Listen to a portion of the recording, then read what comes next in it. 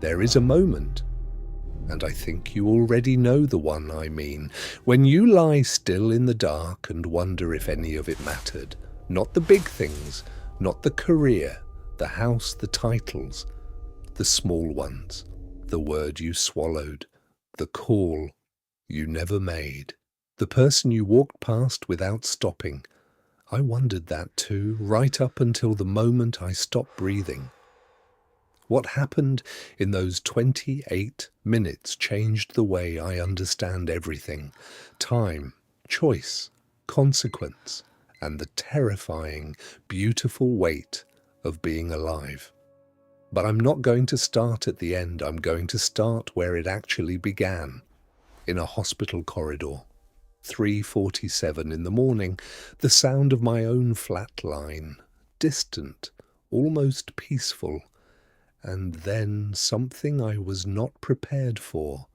Not darkness, not silence, a mirror. And in that mirror, every single moment of my life, waiting. I was 53 years old when it happened. I want you to hold that number for a moment. 53. Not young enough to feel invincible.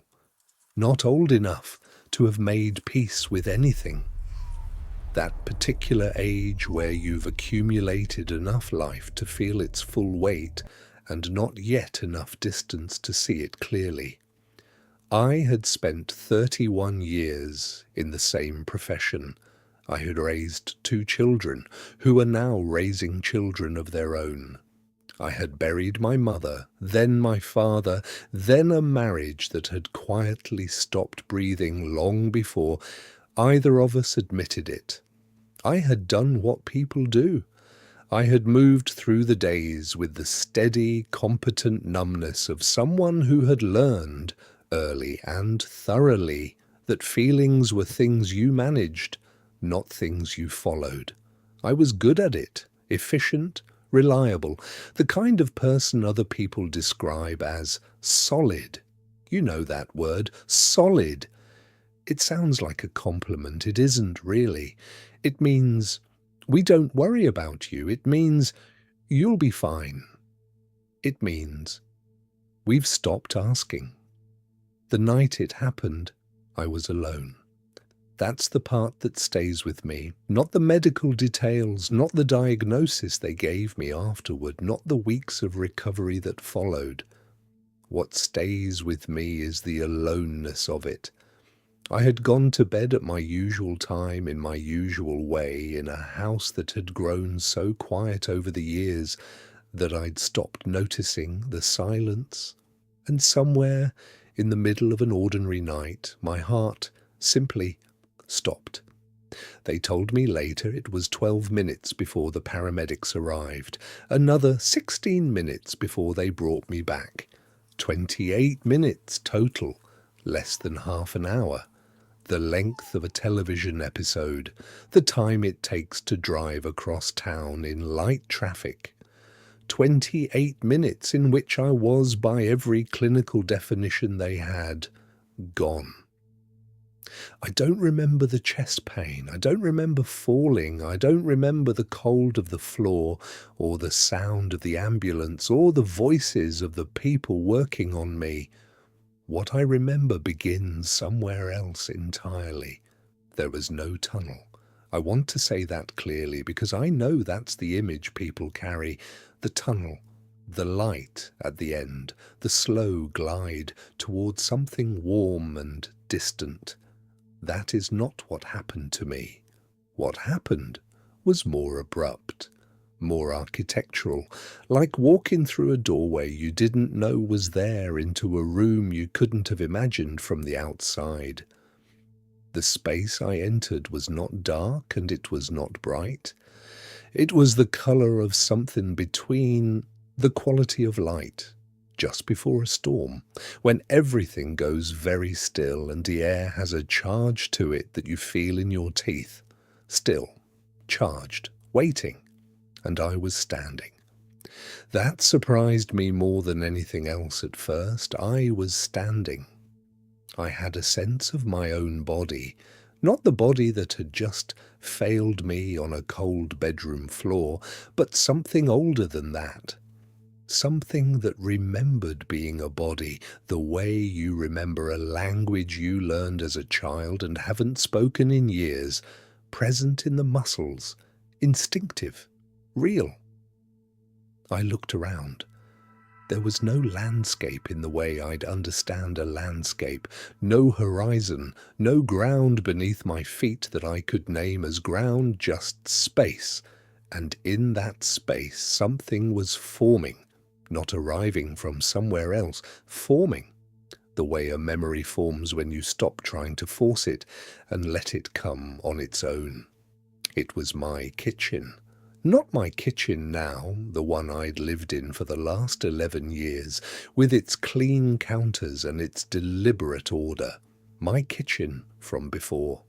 The one I shared with a woman named Carol for 17 years, in a house on a street I haven't driven down in longer than I can honestly say. The kitchen where I made coffee every morning without speaking, where we ate dinner without looking up, where two people who had once chosen each other sat, night after night, in a silence that had long since stopped being comfortable and become instead something closer to a held breath. The kitchen was exactly as it had been.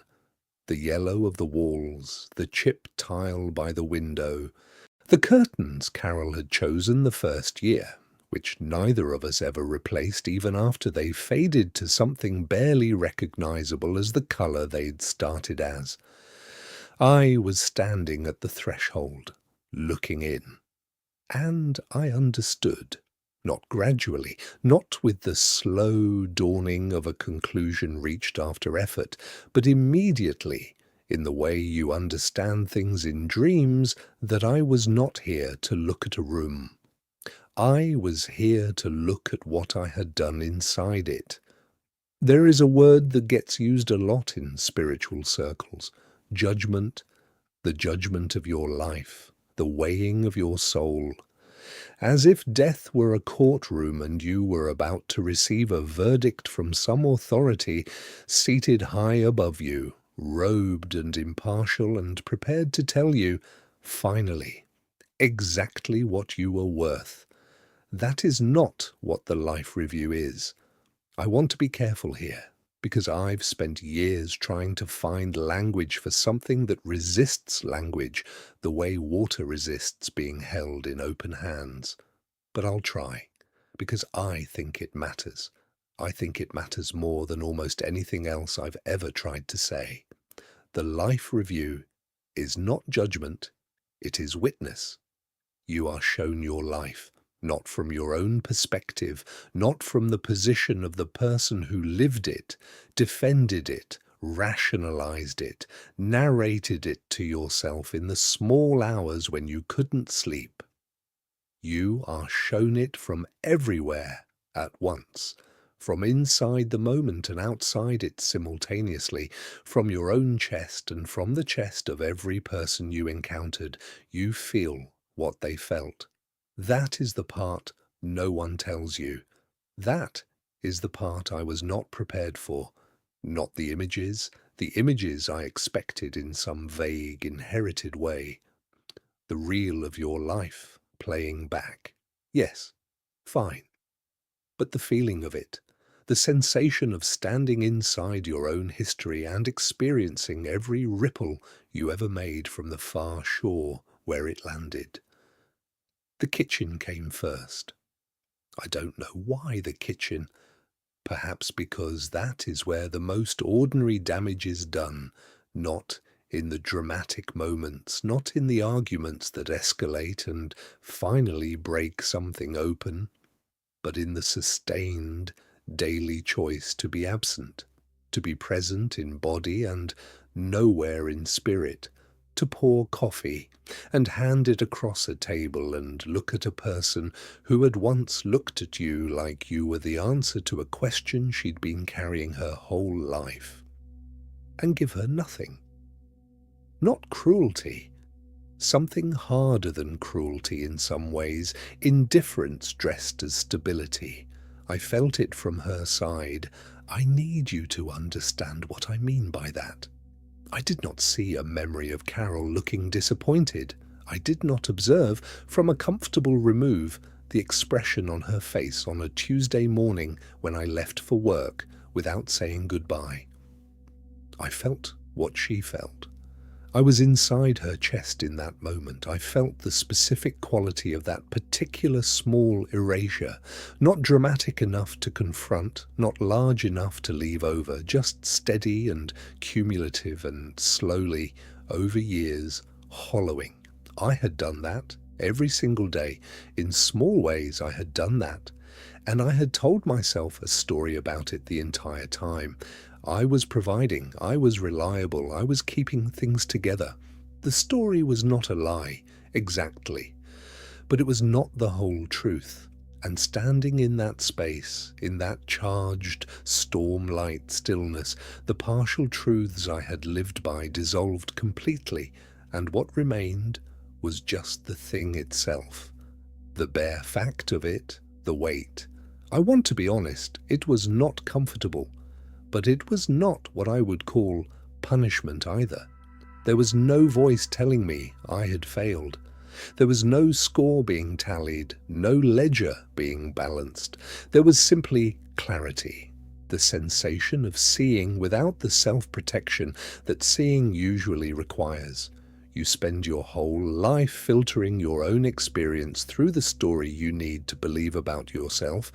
In that space, the filter was gone. And what you're left with is something that is simultaneously devastating and, strangely, merciful, because it is only the truth, and the truth, however hard, does not hate you. It simply is.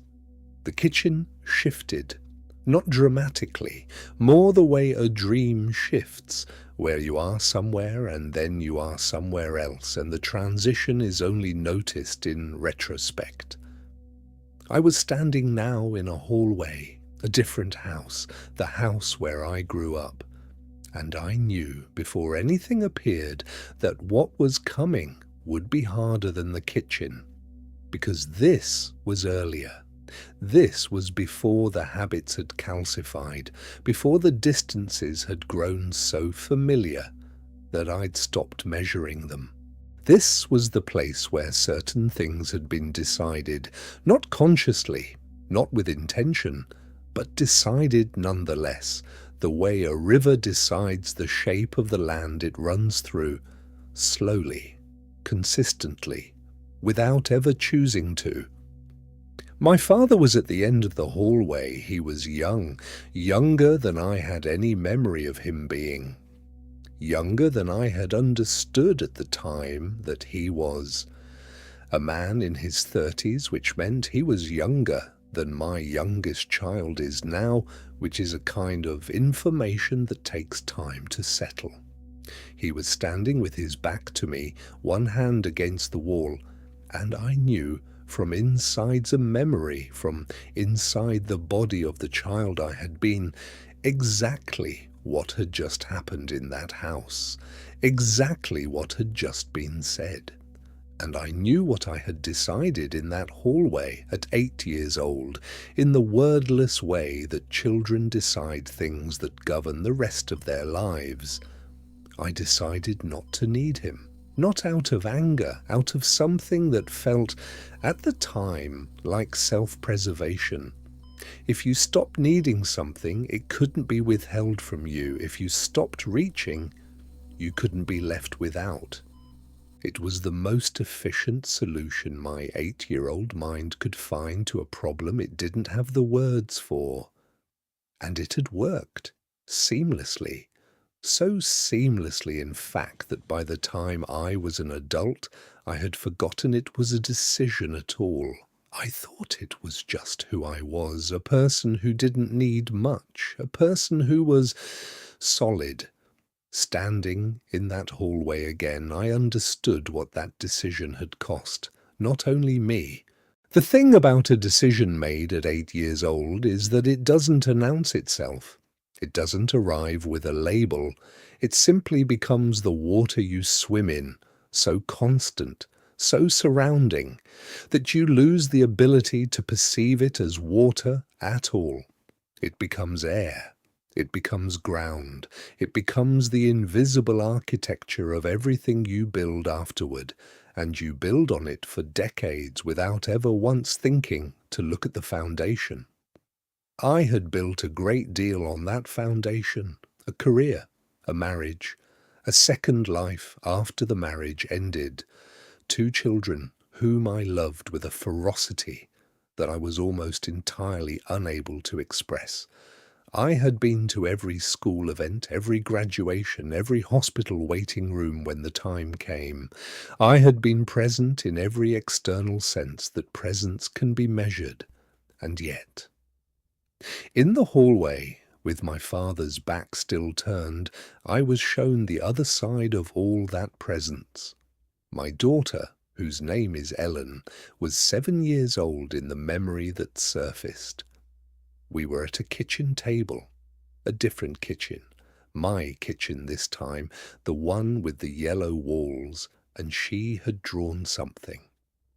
I remember this moment from my own perspective, dimly, the way you remember the weather on an ordinary day. She had drawn a picture, a house, a tree, 2 figures holding hands.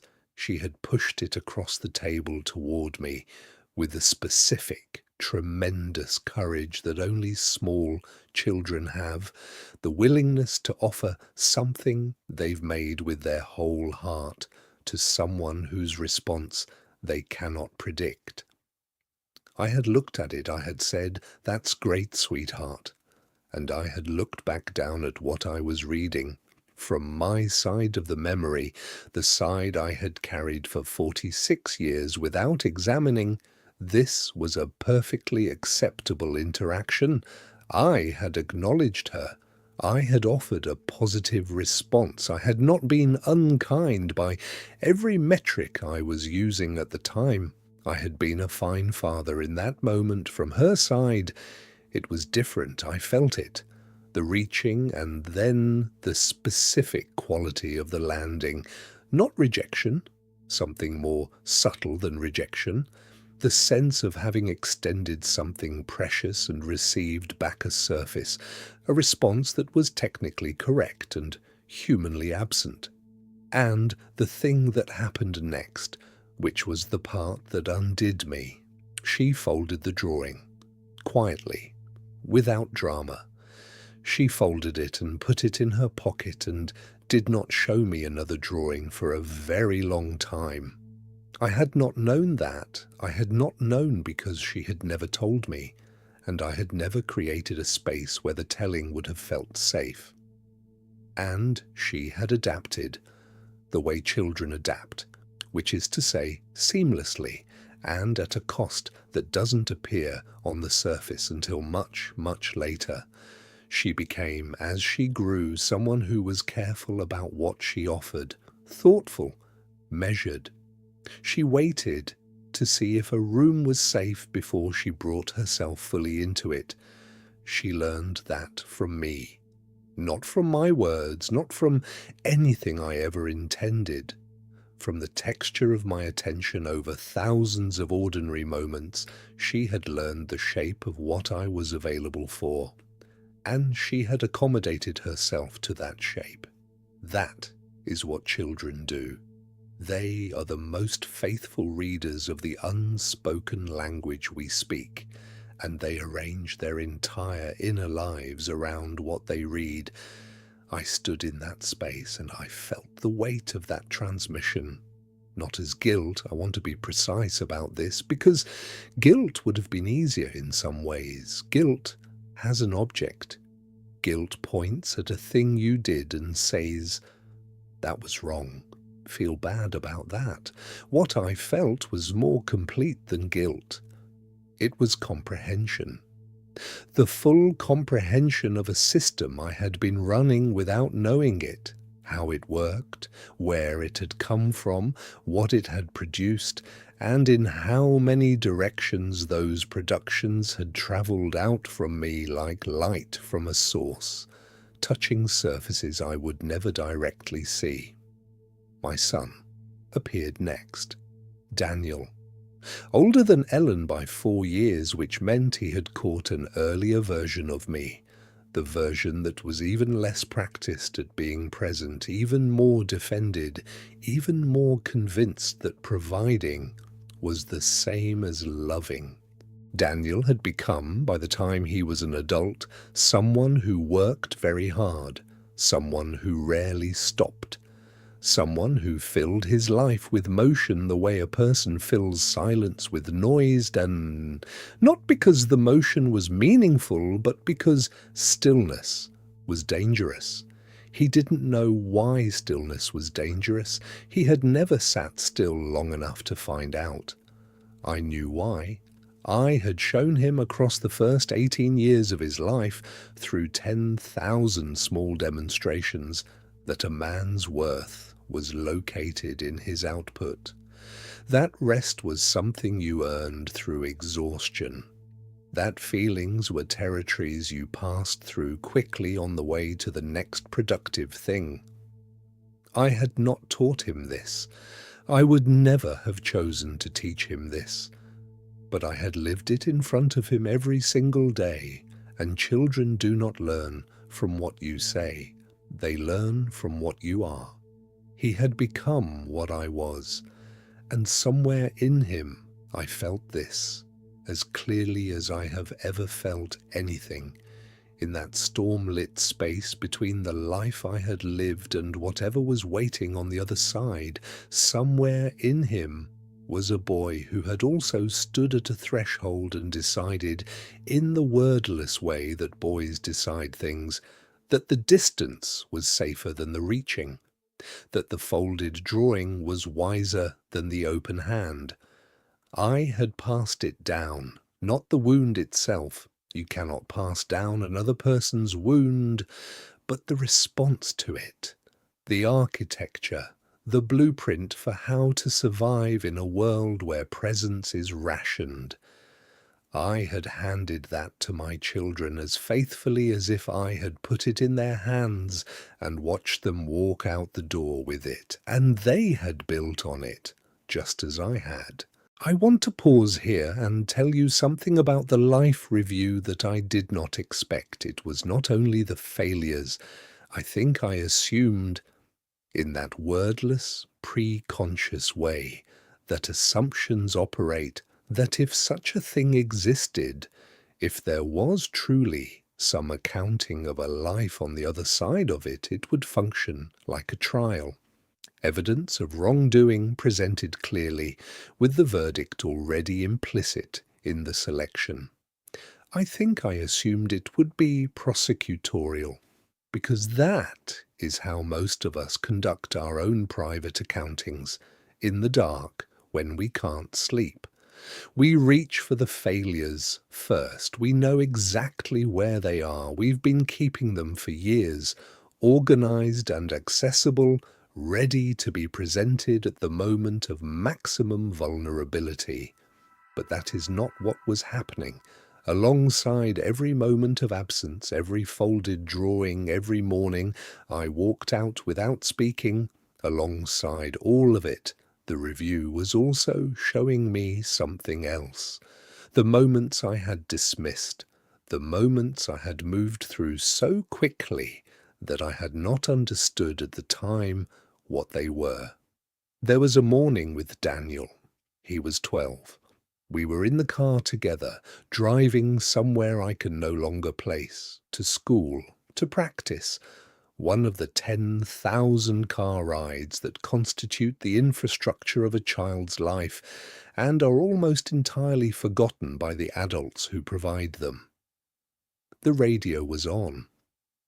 A song came through the speakers, something he liked, which surprised me, because at 12 he had already developed the adolescent's studied contempt for his parents' music, and I had assumed the contempt extended in the other direction, but this song came through the speakers, and he started to sing along quietly under his breath, and then, thinking I wasn't paying attention, a little louder. I didn't say anything. I didn't say anything because I was afraid that if I acknowledged it, he would stop, and I wanted, with a suddenness that caught me off guard, for him not to stop. So I just drove and he sang, and for approximately 4 minutes on an unremarkable morning, we were simply two people in a car, sharing something without negotiating the terms of the sharing. Comfortable, easy, the way it might have been more often if I had known how to make more room for it. I had not remembered that morning. In the review I felt it fully, not just my side of it, but his, the particular freedom of that moment, the way the lowered guard felt, the specific quality of safety that had allowed him to sing out loud in the presence of a person he generally kept his distance from. I had given him that, however briefly, however accidentally. I had been, in that moment, a kind of shelter. I had not known I had given it. That was what I was not prepared for. Not just the weight of the failures, but the weight of the gifts I had given, without knowing I was giving them. The moments that had mattered to people in ways I would never have predicted from my own limited vantage point. The conversation with a colleague at the end of a hard day. I'd been distracted, barely present, saying the obvious things that seemed to be required, and I felt in the review what that colleague had carried from that conversation for years. Not the words, the fact of being seen, however briefly, by someone who had not been obligated to see him. A gesture, a letter I had written once, years ago, to someone I had not spoken to since, a letter I had agonized over and then dismissed as inadequate, assumed never mattered. I felt in the review the night they had read it, the way they had read it twice, the way they had put it in a drawer, and known from that night forward that they were not invisible to everyone, that somewhere there was a person who had noticed the specific shape of their life. I had written that letter in 30 minutes, convinced it was insufficient, never mentioned it again. It had mattered for 30 years. The review was not a prosecution. That is what I'm trying to tell you. It was a complete accounting, which is something different and something far more difficult to receive, because a prosecution you can argue with. A prosecution has a position, and against a position you can mount a defense, but a complete accounting has no position. It has only everything. The damage and the grace, the absences and the shelters, the folded drawings, and the 4 minutes in the car when someone who rarely felt safe felt safe. You cannot argue with everything. You can only receive it. And in the receiving, something was happening to me that I did not have language for then, and still reach for now. The self I had maintained for 53 years, the solid, reliable, efficient self, the self that managed rather than felt, that provided rather than connected, that self was becoming transparent, not disappearing, not being erased, becoming transparent the way a window becomes transparent when you clean it. It doesn't cease to exist. It simply stops being what you see. What you see when the window is clean is what's on the other side. I was beginning to see what was on the other side, and there was something there, not a shape exactly, not a figure in the way I would describe a figure in a room, but a direction, a warmth with a direction, the way sunlight has a direction even when you can't locate the sun. something toward which the entire review seemed to be oriented, the way a plant orients toward light without choosing to, without understanding what it's doing, simply by being what it is. I moved toward it, not physically, not with the body I still half remembered having, but in the way that attention moves. Suddenly, entirely, the whole of you pointed at one thing, and then it spoke, not in words. I want to be careful here because the temptation is to translate what happened into language, and the translation will always be imperfect. It did not speak in sentences, it spoke in the way that a chord of music speaks, multiple things simultaneously. No sequence, no grammar, just the full meaning arriving complete in a single moment. What arrived was a question, not asked in accusation, not asked in pity, asked the way a person asks a question when they already know the answer and want you to find it yourself. What did you do with the love you were given? What did you do with the love you were given? I have turned that question over in my hands every day since I came back. In the shower, in the car, in the long quiet of early mornings, before the world remembers to be loud. I have held it the way you hold something fragile and unfamiliar, carefully, uncertain of its edges, aware that you haven't yet understood its full shape. Because the question sounds simple, it is not simple. The first thing it assumes is that love was given. And I want to tell you, because this is one of the things the review made undeniably clear, that love was given to me in quantities I had spent my entire life either minimizing or misreading. Not because I was incapable of receiving it, because I had developed over years a very particular kind of blindness to it. The way you develop a blind spot for anything that arrives in a form different from the form you learned to expect. I had learned to expect love as performance, as demonstration, as the meeting of an explicit need, food, shelter, the resolved problem, the attended emergency. That was the grammar I had been taught, and I was fluent in it. I could speak it and I could offer it. What I could not do, what required a kind of literacy I had never developed, was receive it in its quieter forms. A hand on a shoulder, someone laughing at something I said, genuinely, not to be polite, but because I had delighted them. A friend who called on an ordinary Tuesday for no reason other than wanting to hear my voice. A woman who made coffee the way I liked it without being asked for years, thousands of mornings, never mentioned it, just did it. Not as service, as affection, in the language of affection which I had never learned to read. Carol had been fluent in that language. The review showed me this with a precision that I could not turn away from. Not the argument we had about money in the 3rd year, not the distance that had accumulated by the 10th. It showed me a Saturday morning in the 2nd year, before anything had calcified, before the silence had a quality to it. She was in the kitchen, the yellow-walled kitchen, and she was making something for breakfast, and she was humming.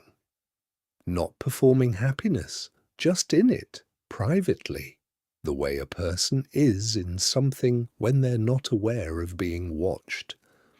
I had walked through that kitchen on my way somewhere else. She had turned and smiled, not the social smile, the real one, the one people give when someone enters a room, and the room becomes better for it. She had given me that, and I had nodded, said something practical about the day, and continued through.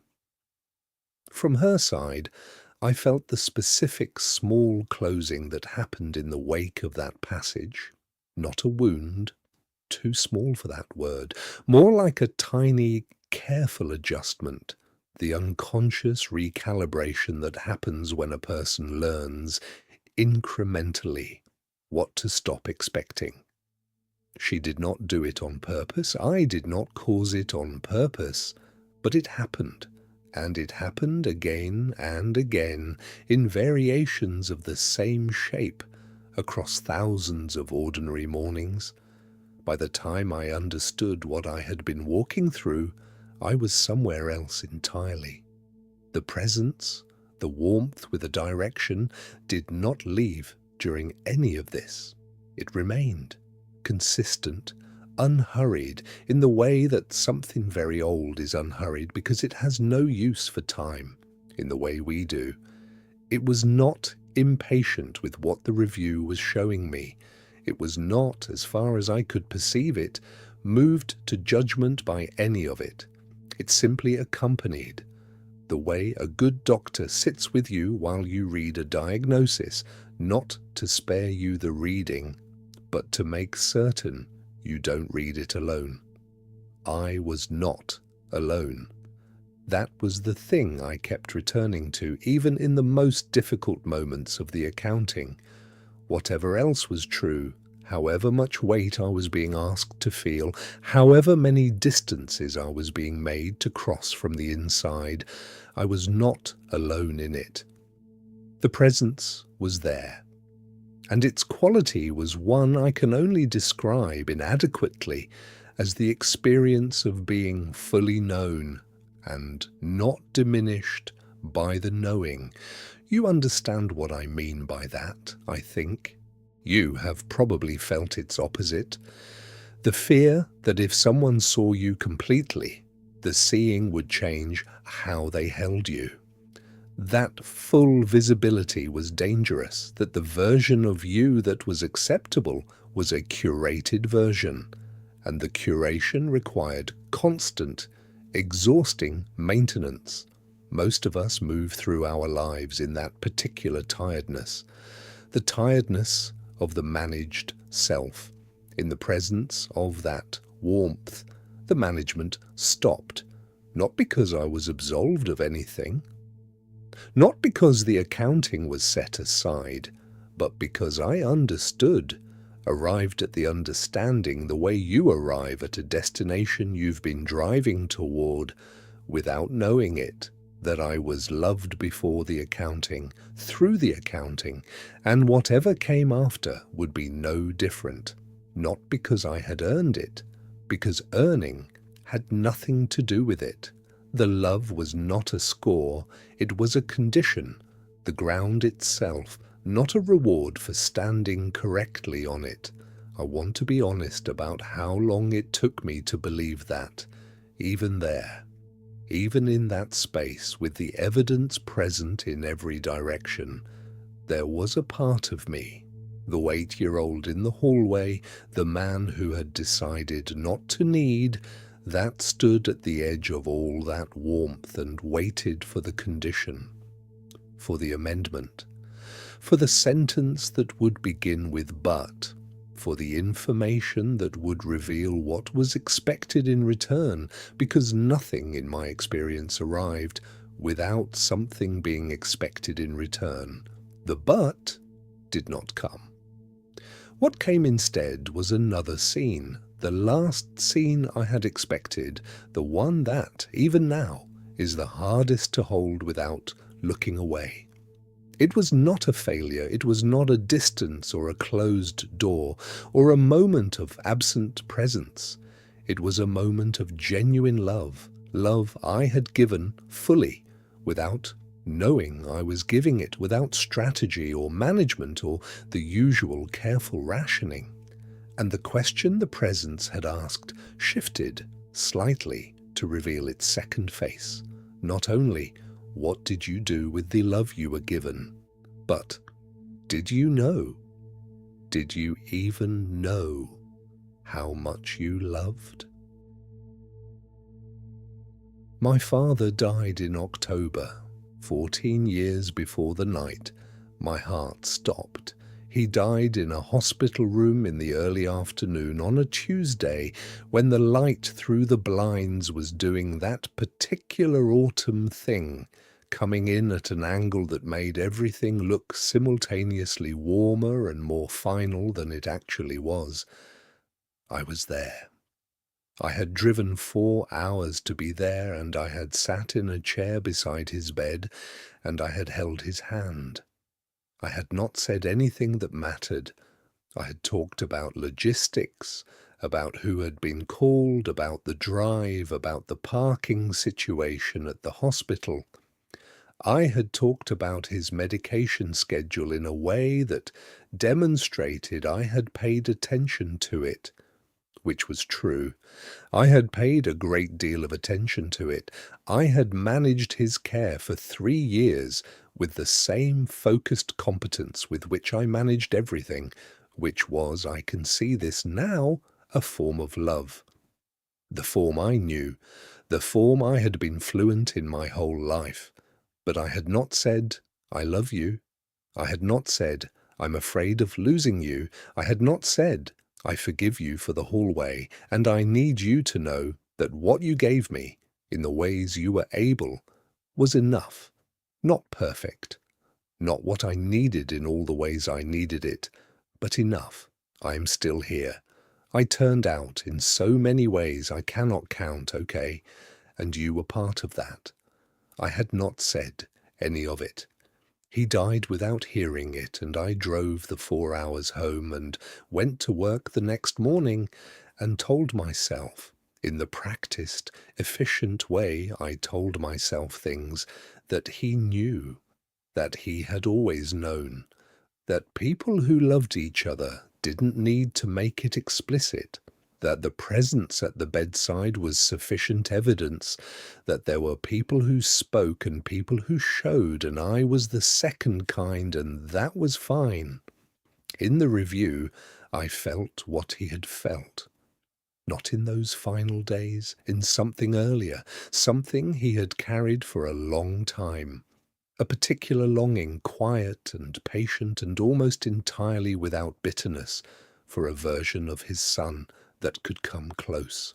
Not for a different son, for the same son, closer.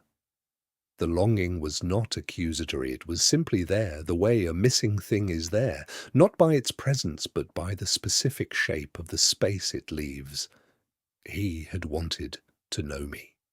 That is the sentence I arrived at in that storm-lit space, feeling the fullness of his side of our shared history. He had wanted, for decades, to know the interior of the person he had helped make, and he had not known how to ask for entry, in part because I had never made the asking seem safe, and in part because his own architecture was not so different from mine, the same hallway, the same early decision handed down in his case from somewhere I never knew and didn't think to ask about.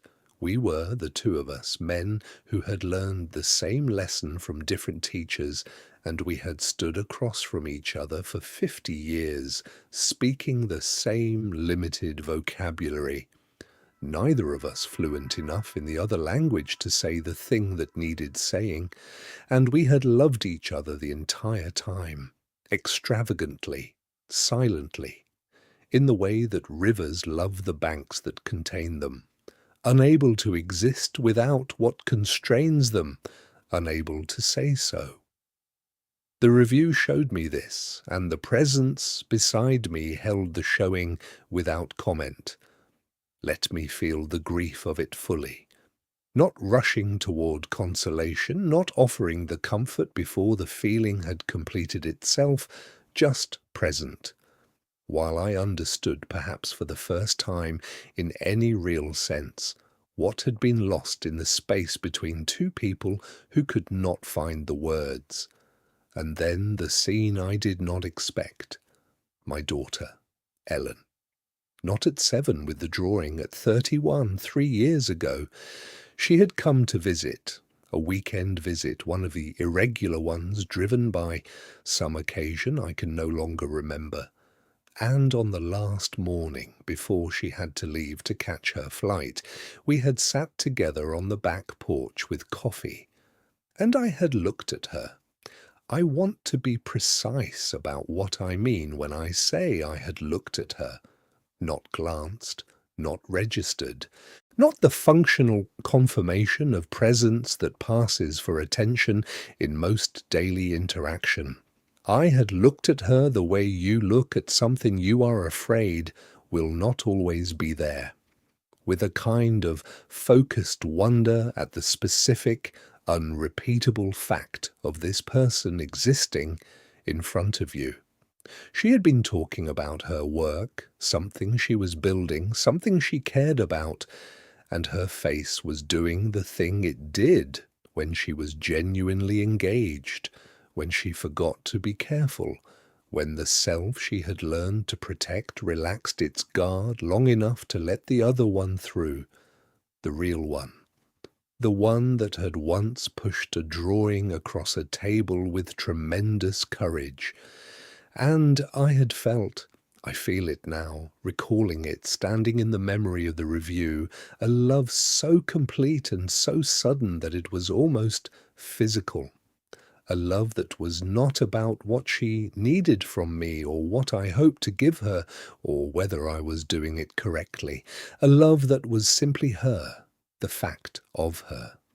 The improbable, astonishing fact that this person existed and that I had some small part in that existence and that she was here, on this porch, in the autumn light, talking about something she cared about, and I was alive enough to witness it. I had not told her. I had sat with it, that love, the entire morning. I had taken it into myself and held it privately, the way I held everything, competently, silently, convinced that the holding was sufficient, that she could feel it without the saying, that what mattered was my presence on the porch, not the words that could have moved between us, like a current finding its ground. In the review, I felt her side of that morning. She had known I was looking at her differently. She had felt something shift, not understood it, not named it, but felt the warmth of it, the way you feel the warmth of sun on your back without turning to locate it. And there had been a moment, just one brief, gone almost before it arrived, where she had considered turning toward it, turning toward me, offering something back, taking the risk of the open hand one more time. She had not. Old habits are very faithful. They do not abandon us simply because an opening appears. She had continued talking about her work, and I had continued listening, and the moment had passed the way all moments pass, into the permanent past, where they live forever, exactly as they were. The presence beside me in that stormlight did not let me look away from the gap, but it also did not let me look away from the love. Both things were real. Both things were fully, completely real. The love was there, had always been there, enormous and genuine and mine. I had simply never found the bridge between the interior where it lived and the exterior where it might have done some good. Did you know how much you loved? The answer, arriving slowly, with the weight of 53 years behind it, was no, not nearly enough, not nearly in time. And then, you know now, whether I had finished. I turned that question in every direction I could find, looking for its edges, the way you turn something in the light to understand what it's made of. It did not have the shape I expected.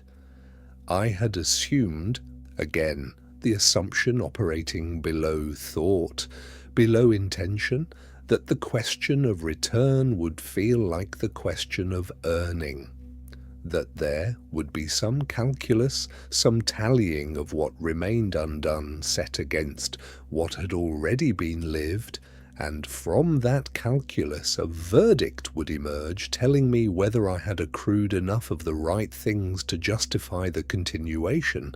That was not the question. The question was simpler and, in the way of simple things, far more demanding. Not, had I done enough? Not, did I deserve more time? But, was there something in me that was not yet fully expressed? Something that, if given the chance to come forward, would be genuinely new, not a continuation of the same patterns, running the same programs in the same architecture, but something that the review had made possible that had not been possible before. That is a different question, and sitting with it, in the stormlight, with Ruth present and the warmth present and the whole complete accounting of a life still resonant in every direction, sitting with it I noticed something happening in my chest, or what had been my chest. The location where feeling had always lived, in the body I half remembered, in the place below the sternum where grief and joy and the unnamed things between them take up residence. Something was loosening. Not breaking, loosening. The difference between a dam failing and a gate opening. Something that had been held in a specific configuration for a very long time, held there by the architecture of all those early decisions and the 50 years of living built on top of them, was releasing its shape, not catastrophically, the way ice releases its shape in the first warmth of spring, gradually from the edges inward, the form becoming fluid not by force but by the simple presence of something warmer than itself. I understood what was loosening. It was the version of me that had decided at 8 years old in a hallway not to need. That version, so faithful, so efficient, so successful at the task it had set itself, was releasing, not dying, not being discarded, but moving from the position it had held, which was the front of everything, the face turned outward, the managed and reliable presence, moving from that position back to where it belonged. Which was not in front, which was behind, which was the servant of something, not the master of it. Behind it, older and quieter and far less practiced at being heard, was the other one. The one who had felt the love in the car with Daniel and had held it in silence for the entire drive. The one who had looked at Ellen on the porch with an astonishment that he could not speak and could not stop feeling, the one who had written a letter in 30 minutes and sent it and never spoken of it and let it go, not because he didn't care about its landing, but because the giving itself had been enough. The one who had sat at a bedside in October and held a hand and said the inadequate things, not because the adequate things weren't there, but because the bridge between where they lived and where they needed to go had never been built because building it had felt for 53 years like the most dangerous thing imaginable. That one. He was still there. He had always been there, underneath the management, underneath the competence and the distance and the solid, reliable silence. He had been there in the kitchen when Carol hummed, registering the warmth of it in a way he couldn't receive. He had been there at 7 when Ellen put the drawing across the table, feeling something he didn't know how to answer. He had been there in the hallway at 8 years old, making a decision that felt like self-preservation and cost something that didn't have a name yet. He had been there the whole time, patiently, the way a river is patient under ice, waiting for spring, waiting for the warmth that would allow it to move again. The presence that had accompanied me through the entire review gathered itself, That is the best word I have gathered. The way light gathers in a particular part of a room in the late afternoon, finding a density and a direction. And what arrived was not a question this time. It was an image, a kitchen, morning, the specific quality of early light that has not yet committed to the day. A table, 2 cups of coffee, steam rising from both. Across the table, a chair, empty. But not empty in the way of a chair that has always been empty. Empty in the way of a chair that is waiting. That knows what it is waiting for and has decided, in the patient, unhurried way of things that have committed to their waiting, to keep waiting for as long as necessary. I did not know whose kitchen it was. I did not know who belonged to the empty chair. The image was not specific in those ways. It was specific in another way entirely, in its quality. The quality of the morning, the quality of the steam rising and thinning and rising again, the quality of the waiting, which was not anxious, which was simply open. This is what you're going back to. Not a place, not a person, not a relationship, not a set of corrected circumstances neatly arranged to redeem the distances. A quality, the quality of the open, and what becomes possible inside it, and the choice made again, every morning with full knowledge of what choosing costs and what it gives, to sit down at the table and let someone across from you know that you are there, really there, not managing, not providing from behind the glass, there. The loosening in my chest became something else, not pain, not its opposite either. Something that has never had a name in the language I was given, that I will spend the rest of my life trying to describe to people who look at me with the kind, uncertain expression of someone watching another person reach for something just out of frame. I will keep reaching for it anyway, not because I'll find the perfect word, because the reaching is part of what the return is for. I looked at Ruth. She was already receding, not moving away from me, but becoming less particular. The way a face becomes less particular as you walk away from it, dissolving back into the warmth from which she had briefly individuated, still present, still the ground, just no longer a face. I looked at the presence, the warmth that had accompanied me through 53 years without my knowing, that had been there for every distance and every folded drawing and every October afternoon. I did not say goodbye. You do not say goodbye to something that is not leaving. What I felt in that last moment before the tide decided its direction was the full and undefended weight of being known, all of it, the failures and the grace, the 8-year-old and the man he made and the other man who had waited underneath, and of that, knowing asking nothing of me, requiring nothing, offering simply and completely what it had always been offering, which I had been too defended to receive and was now, at last, able to feel. The love was not a reward for what I was about to do. It was the reason I was able to do it.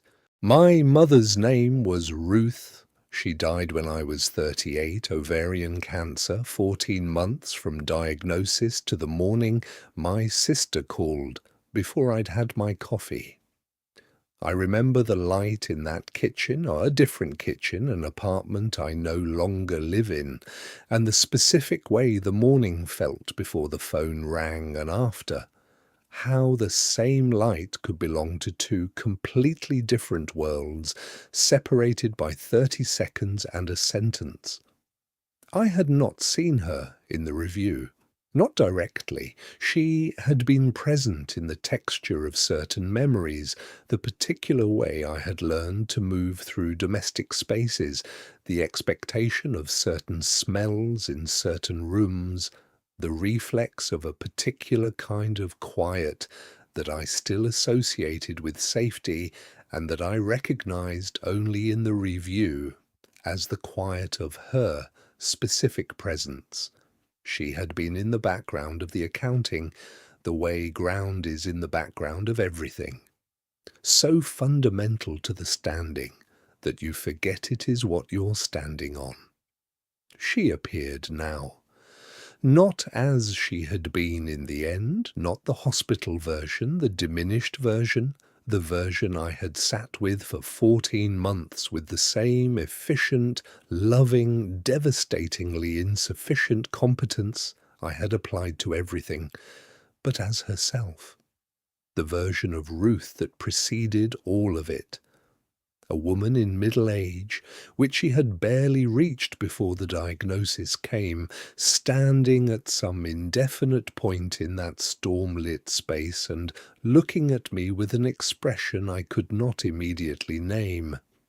It took me a moment. It was the expression she had worn when I was very young in the kitchen of my childhood, when she thought I wasn't looking. A kind of private love, the love that doesn't perform itself because it has no audience, no purpose beyond being what it is, the love that exists the way breathing exists, not as a choice, not as an act, simply as the ongoing condition of being alive to something. She had looked at me that way my whole life. I had not known. She did not speak in the way the presence had not quite spoken. No mouth, no sound, no sequence of words. What arrived from her was complete and simple in the way that the things from that space were simple. Not simple because they were small, but simple because they were undivided. Not broken into parts, not filtered through the apparatus of language and its necessary imprecisions.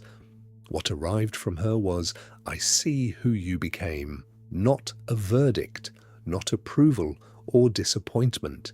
The pure act of seeing, the thing I had withheld from so many people for so long, the thing I had been so incapable of receiving, offered to me now completely, without qualification, without the amendment I had spent my entire life bracing for. I was seen by her, fully. The man I had been, with all the distances and all the folded drawings and all the October afternoons with their unexpressed, enormous love, seen. And the seeing was tender. That is the word I keep arriving at, tender. Not in the soft, imprecise way the word sometimes gets used. Tender, the way that thing is tender, which has held something difficult and knows the weight of it and does not put the weight down. She had watched me my entire life. She had watched me choose the distances and the defenses and the management. She had watched me love without knowing I was loving, give without knowing I was giving, and she had held all of it, the man and his limitations and his enormous hidden heart, with a tenderness that did not require him to be different in order to be loved. She had never required me to be different. I had not known that either. I had carried, without examining it, the assumption that the love was conditional on the performance, that the reliability and the competence and the solid, untroubling presence were what earned the warmth I received, that if I stopped performing, the warmth would stop. It was the assumption underneath every assumption, the ground beneath the ground, and I had never questioned it, because it was so fundamental that questioning it felt like questioning gravity. Ruth, standing in that space, showed me the assumption's face and then quietly dismantled it. The love had never been for the performance. The love had always been for me. The actual me, the interior one, the one I had kept so carefully managed and defended that even I had lost reliable access to it. She had never stopped knowing it was there. Mothers, I think, almost never lose that knowledge. It survives everything. The distance and the managed silences and the October afternoons when the right words don't come. It lives in a place below the reach of all of that. She was showing me now, and with the showing came something else. Information, though that word is too clinical for what it was. More like a knowing that was placed inside me rather than told to me. A knowing about the question that was still unanswered, whether the middle remained, whether there was a return. She knew the answer. I understood that she knew, and I understood with the same simultaneous clarity that had characterized everything in that space, that she was not going to tell me. Not because the knowing was being withheld from me in the way that something is withheld as punishment or protection, but because the answer was mine, the choice, if it was a choice, and I was beginning to understand that it was, could only be made from inside me. It could not be made for me without ceasing to be what it needed to be. I thought of Ellen. I thought of the porch, the morning light, the face she made when she forgot to be careful, the open hand she had almost extended, the almost. I thought of Daniel and the 4 minutes in the car when someone rarely at ease had been at ease. I thought of the letter in the drawer. 30 years. The person who had not been invisible to everyone. I thought of all the bridges I had never found, not because the bridges didn't exist, but because I had not known they were something that could be built, that the building was mine to do, that no one was going to build them on my behalf, and the waiting for them to appear on their own was what I had called for 53 years, simply being the way I was. I was not the way I was the way I had chosen. Below consciousness, below intention, in the wordless territory where an 8-year-old makes a decision that governs decades, but chosen nonetheless. And choice, by its nature, can be revisited, not undone. That distinction matters, and the space I was in did not permit me to blur it. Nothing was going to be undone. The kitchen was still the kitchen, the drawing was still folded, but what had been chosen could be, not reversed, not erased, could be met with a different choosing.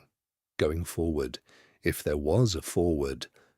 I looked at Ruth, at my mother, standing in that indefinite warmth, holding me in a seeing that asked nothing of me except to be seen, and I knew that whatever I decided, stay or return, the departure or the continuing, she would hold that with the same tenderness, that there was no wrong answer in the sense of an answer that would withdraw the love.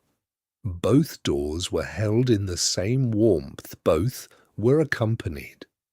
The decision was not about deserving to stay, it was about whether I had finished. Whether I had finished. I turned that question in every direction I could find, looking for its edges, the way you turn something in the light to understand what it's made of. It did not have the shape I expected. I had assumed, again, the assumption operating below thought, below intention, that the question of return would feel like the question of earning. That there would be some calculus, some tallying of what remained undone set against what had already been lived, and from that calculus a verdict would emerge, telling me whether I had accrued enough of the right things to justify the continuation. That was not the question. The question was simpler and, in the way of simple things, far more demanding. Not, Had I done enough? Not did I deserve more time, but was there something in me that was not yet fully expressed? Something that, if given the chance to come forward, would be genuinely new, not a continuation of the same patterns, running the same programs in the same architecture, but something that the review had made possible that had not been possible before. That is a different question, and sitting with it in the stormlight, with Ruth present and the warmth present and the whole complete accounting of a life still resonant in every direction. Sitting with it, I noticed something happening in my chest, or what had been my chest. The location where feeling had always lived, in the body I half remembered, in the place below the sternum where grief and joy and the unnamed things between them take up residence. Something was loosening, not breaking, loosening, the difference between a dam failing and a gate opening. Something that had been held in a specific configuration for a very long time, held there by the architecture of all those early decisions and the 50 years of living built on top of them, was releasing its shape. Not catastrophically, the way ice releases its shape in the first warmth of spring, gradually from the edges inward, the form becoming fluid, not by force but by the simple presence of something warmer than itself. I understood what was loosening. It was the version of me that had decided at 8 years old in a hallway not to need. That version, so faithful, so efficient, so successful at the task it had set itself, was releasing, not dying, not being discarded, but moving from the position it had held, which was the front of everything, the face turned outward, the managed and reliable presence, moving from that position back to where it belonged, which was not in front, which was behind, which was the servant of something, not the master of it. Behind it, older and quieter and far less practiced at being heard, was the other one. The one who had felt the love in the car with Daniel and had held it in silence for the entire drive. The one who had looked at Ellen on the porch with an astonishment that he could not speak and could not stop feeling. The one who had written a letter in 30 minutes and sent it and never spoken of it and let it go, not because he didn't care about its landing, but because the giving itself had been enough. He was still there. He had always been there, underneath the management, underneath the competence and the distance and the solid, reliable silence. He had been there in the kitchen when Carol hummed, registering the warmth of it in a way he couldn't receive. He had been there at 7 when Ellen put the drawing across the table, feeling something he didn't know how to answer. He had been there in the hallway at 8 years old, making a decision that felt like self-preservation and cost something that didn't have a name yet. He had been there the whole time, patiently, the way a river is patient under ice, waiting for spring, waiting for the warmth that would allow it to move again. The presence gathered itself, the way light gathers in a particular part of a room in the late afternoon, finding a density and a direction, and what arrived was not a question this time. It was an image, a kitchen, morning, the specific quality of early light that has not yet committed to the day, a table, 2 cups of coffee, steam rising from both. Across the table a chair, empty, but not empty in the way of a chair that has always been empty. Empty in the way of a chair that is waiting, that knows what it is waiting for, and has decided, in the patient, unhurried way of things that have committed to their waiting, to keep waiting, for as long as necessary. I did not know whose kitchen it was. I did not know who belonged to the empty chair. The image was not specific in those ways. It was specific in another way entirely, in its quality, the quality of the morning, the quality of the steam rising and thinning and rising again, the quality of the waiting, which was not anxious, which was simply open. This is what you're going back to. Not a place, not a person, a quality, the quality of the open and what becomes possible inside it, and the choice made again every morning with full knowledge of what choosing costs and what it gives to sit down at the table and let someone across from you know that you are there, really there, not managing, not providing from behind the glass, there. The loosening in my chest became something else, not pain, not its opposite either. Something that has never had a name in the language I was given, that I will spend the rest of my life trying to describe. I will keep reaching for it anyway.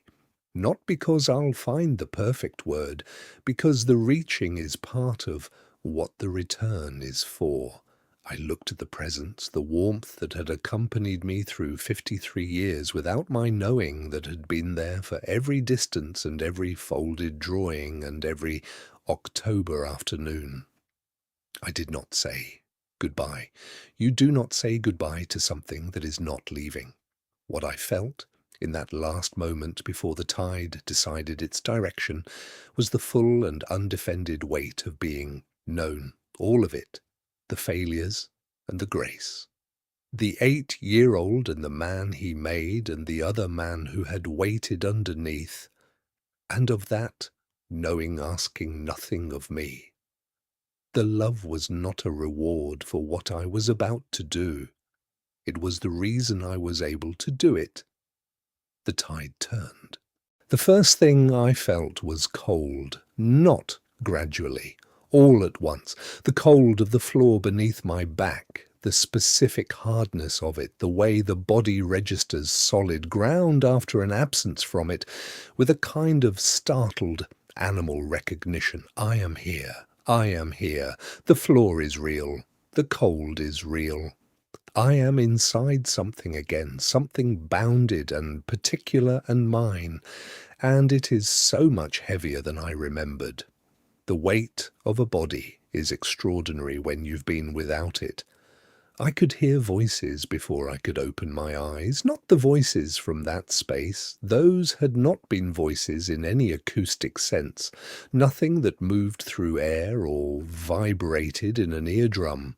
These voices were entirely physical, strained, urgent in the way that voices are urgent when they are asking a body to come back and not receiving an answer and continuing to ask anyway. I opened my eyes. The light above me was wrong, too bright, too flat, the particular quality of fluorescent overhead that has no warmth in it, that illuminates without consoling. Faces around me doing things I couldn't track, and somewhere nearby a machine making a sound that I understood from a great remove was the sound of my own heart, deciding again to continue. I could not speak for a long time, not because I had lost the capacity. They told me later that I was conscious and responsive within minutes of coming back, that I had said something that none of them could make out and had then been very still for a very long time. I could not speak because I was doing something else. I was feeling the weight of everything I had come back to, not as burden, not as obligation, as gift, the cold floor, the too bright light, the voices and the machines and the particular smell of a hospital at 4 a.m., which is a smell that belongs entirely to this side of things and which I will never again encounter without something in me going very quiet and very grateful. The body, the bounded, particular, heavy, extraordinary body. I had come back for the empty chair, for the steam above 2 cups of coffee and the open quality of a morning that hasn't decided what it is yet. For Ellen's face when she forgets to be careful. For Daniel in the car, singing under his breath to something he thought I couldn't hear. For the letter that hadn't been written yet, and the one after that, and the bridges, one plank at a time, crossing whatever distance remained between the interior, where love has always lived, and the exterior, where it can finally do some good. I had come back knowing, and that is the part I want to stay with for a moment, because it is the part that still seems to me the most important. More important than the tunnel that didn't appear, more important than the light, more important than the presence and the review and the 28 minutes of clinical absence. The knowing. Not a piece of information, not a doctrine, not a belief system to be adopted or a framework to be applied, just knowing. The direct experience of being fully seen and not diminished by the seeing, of being accompanied through the worst of your own history by something that does not withdraw, of understanding that the love was never conditional and the distances were always chosen, and the choosing can always, even now, even this late, even after everything, be met with a different one. That knowledge does not expire. It is with me right now, sitting here, telling you this. It is the ground I am standing on, finally visible to me because the window was cleaned. I don't have to perform for it. I don't have to earn it or maintain it or manage it. It is simply what is true. And what is true, in my experience, does not require your belief to remain true. If you've made it this far with me, through the kitchen and the hallway, and the October light and the empty chair, then I think you already know why I had to tell this story. Not because it proves anything, not because I am asking you to believe what I believe, but because you are here, at this hour, listening to a voice describe something that happened in the space between one heartbeat and the next, and you have not turned away. That is not nothing. That is, in fact, everything. If this has reached something in you, a question you've been carrying quietly, a face you haven't called, a morning you keep meaning to be more present for, then I want to invite you to stay close. Subscribe to this channel and follow us every day, because this is a place for people who suspect there is more, who have lost someone or almost lost themselves, or looked at their life at 3 in the morning and felt the full weight of the unlived parts of it. You are not alone in that. None of us are. That is perhaps the most important thing the 28 minutes gave back to me, and I want to tell you about the first morning after I came home, 3 weeks after the hospital. My daughter had flown across the country without being asked, had simply appeared at my door with a bag over her shoulder and the expression of someone who has decided that the distance is over. We did not talk about what had happened, not that first morning. We sat on the back porch with coffee. The same porch, the same autumn light, and the steam rose from both cups the way steam rises, patient, unhurried, making its small shapes in the cold air, and then releasing them. She was talking about something she was building, something she cared about, and her face did the thing it does when she forgets to be careful. This time, I put my cup down. This time, I looked at her, really looked at her, in the full and deliberate and undefended way, and I said, I need you to know that I see you. I see what you are building, and I see who you are while you are building it, and it is extraordinary. You are extraordinary. I have known that your entire life, and I have not said it nearly enough, and I'm saying it now." She went very still. Not the careful stillness of someone protecting themselves, the other kind. The stillness of someone who has just been given something they have been reaching for a very long time and is afraid, for just a moment, to believe it is real. Then she reached across the table. She put her hand over mine. She didn't say anything. She didn't need to. The bridge that had never been built was built in that moment, without ceremony, without resolution, without any of the drama that I had always secretly believed the crossing would require. Just her hand, just the morning, just two people at a table, both of them, finally, entirely there. The empty chair was full. I am not a different person. I want to be careful about that, because there is a version of this story that ends with transformation and spectacle. The man who died and came back and was remade, shining and corrected. All the distances collapsed. All the folded drawings unfolded, the entire architecture of a life restructured in the space of 28 minutes into something unrecognizable from what came before. That is not what happened. I still wake up some mornings inside the old habits, reaching for the management before I've had coffee, moving through the first hour of the day on the familiar autopilot of the person I was for 53 years. The architecture doesn't disappear. It simply holds less. The walls are still there, but I know now that they are walls, which means I know that I built them, which means I know that I can, on any given morning, choose to open a door. Some mornings I open it easily. Some mornings it takes everything I have.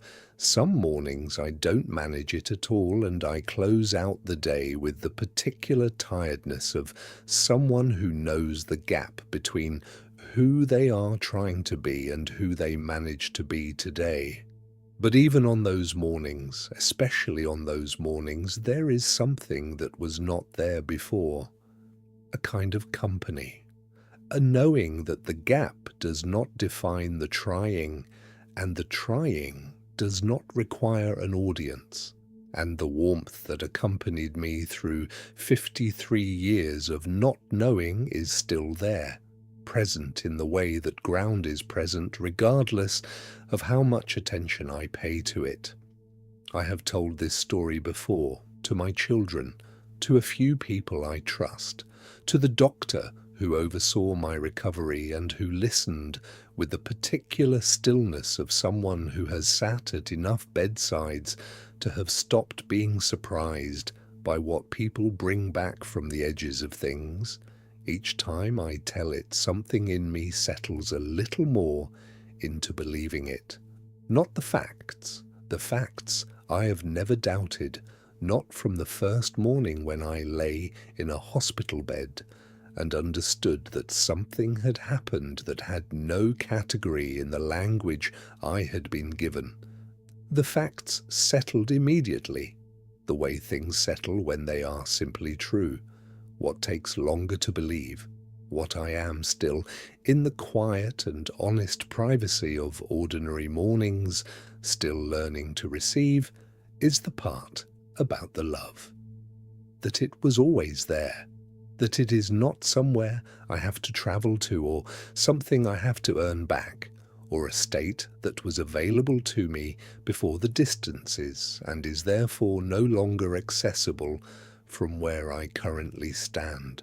That it did not require the 28 minutes to become true. It was true before the hallway, before the kitchen, before any of the decisions that built the architecture I lived inside for half a century. It was the ground. It has always been the ground. I simply could not feel it beneath my feet until the floor beneath my feet was gone.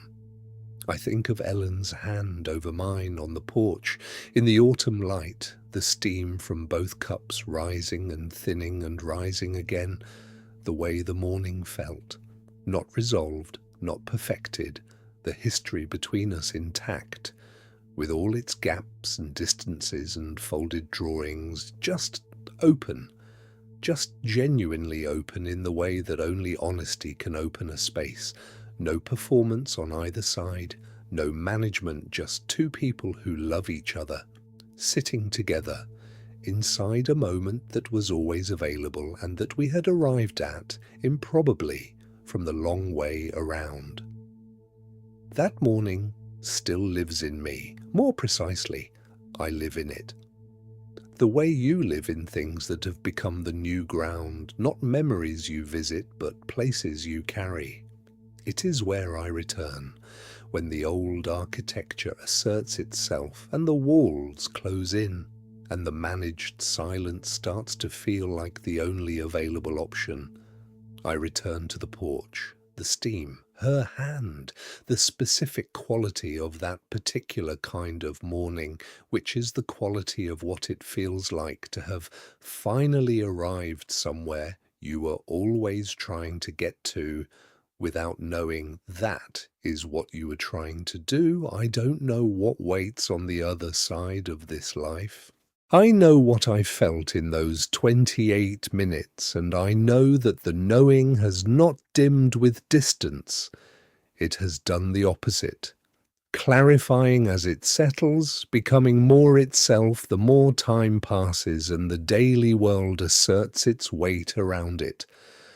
But I will not tell you what to believe about it. I will only tell you what I know, which is that the warmth was real, and the accounting was real, and the presence was real, and whatever name you use for it or don't use for it, it was there, is there, has, in my best understanding, always been there.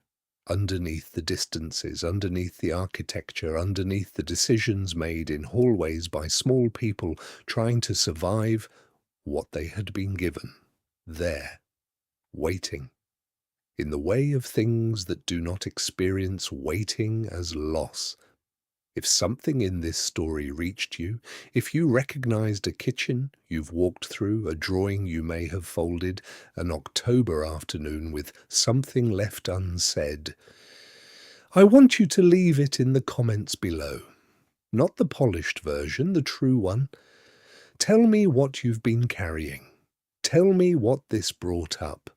Tell me what you think about what happens on the other side of all of this, because I believe that question is worth more of our time than almost anything else we spend it on.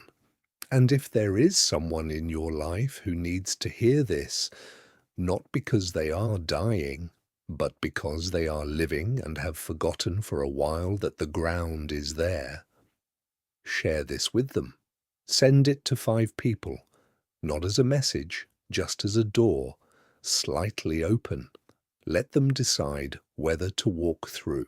Follow this channel. We will be here every day with another voice from the threshold, another story from the people who went to the edge of things and came back with something they couldn't keep to themselves.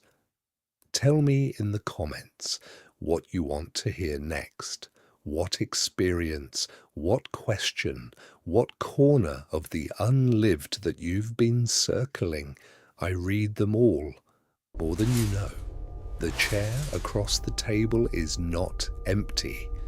It never was.